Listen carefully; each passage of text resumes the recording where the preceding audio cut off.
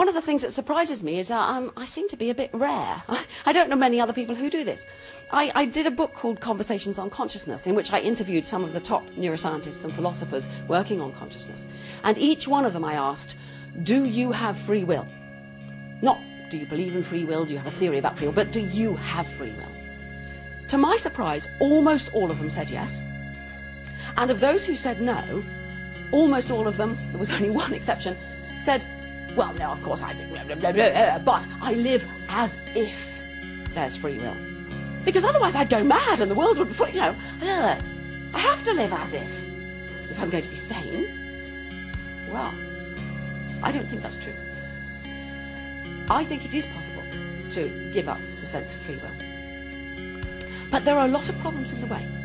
One of the objections is that, well, I won't do anything at all if I give up the idea of free will. Many students have said to me, well then why would I get up in the morning? So I say to them, right, well give it a go then, okay? Just tomorrow morning, just lie there and say, I don't have free will, so, you know. And what happens? Well, they lie there and they get a bit bored, and then they need to go to the loo, so they get up and go to the loo. And once they're in the bathroom, they think, oh, well, I think I'll clean my teeth and, you know, blah, blah. And they're up and they're doing stuff, and the day goes on. And actually, they find a certain freedom in it. Or they say, well, the whole world will, you know, it'd be impossible. I'll do terrible things. I'll be bad. I'll be, you know, be wicked. I was really affected deeply with a conversation with my dad. My dad died last year at the age of 91. And this was about a year before he died. He'd had dementia for 5-6 years.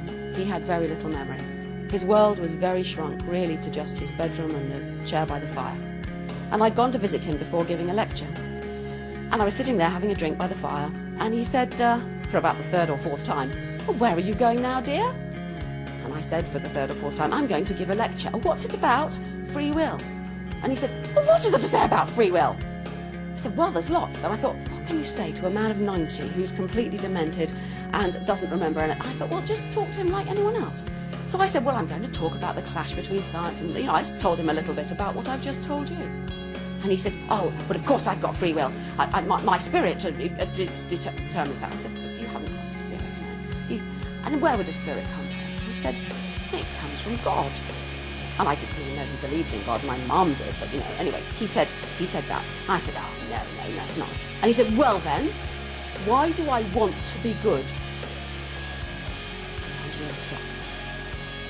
And I went off like, wow, and I went off to give my lecture. I thought, yeah, why do we want to be good?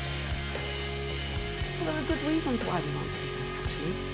Biology gives us all those reasons. Evolutionary psychology will say because we're a social species with kin selection and reciprocal altruism, we have evolved to want to be good.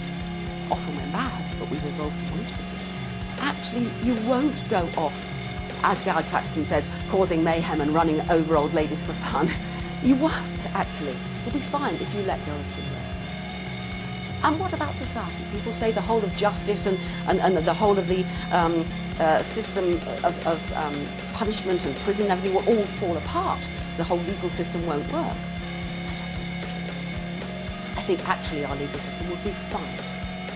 In fact, we would lose this awful problem we've got where we kind of try and fail to draw lines between the things people do of their own free will, which we must punish them for, and the things that they couldn't help because it was in their genes or it was, you know, it was because of their upbringing, and then we try and let them off. It's an impossible line, that.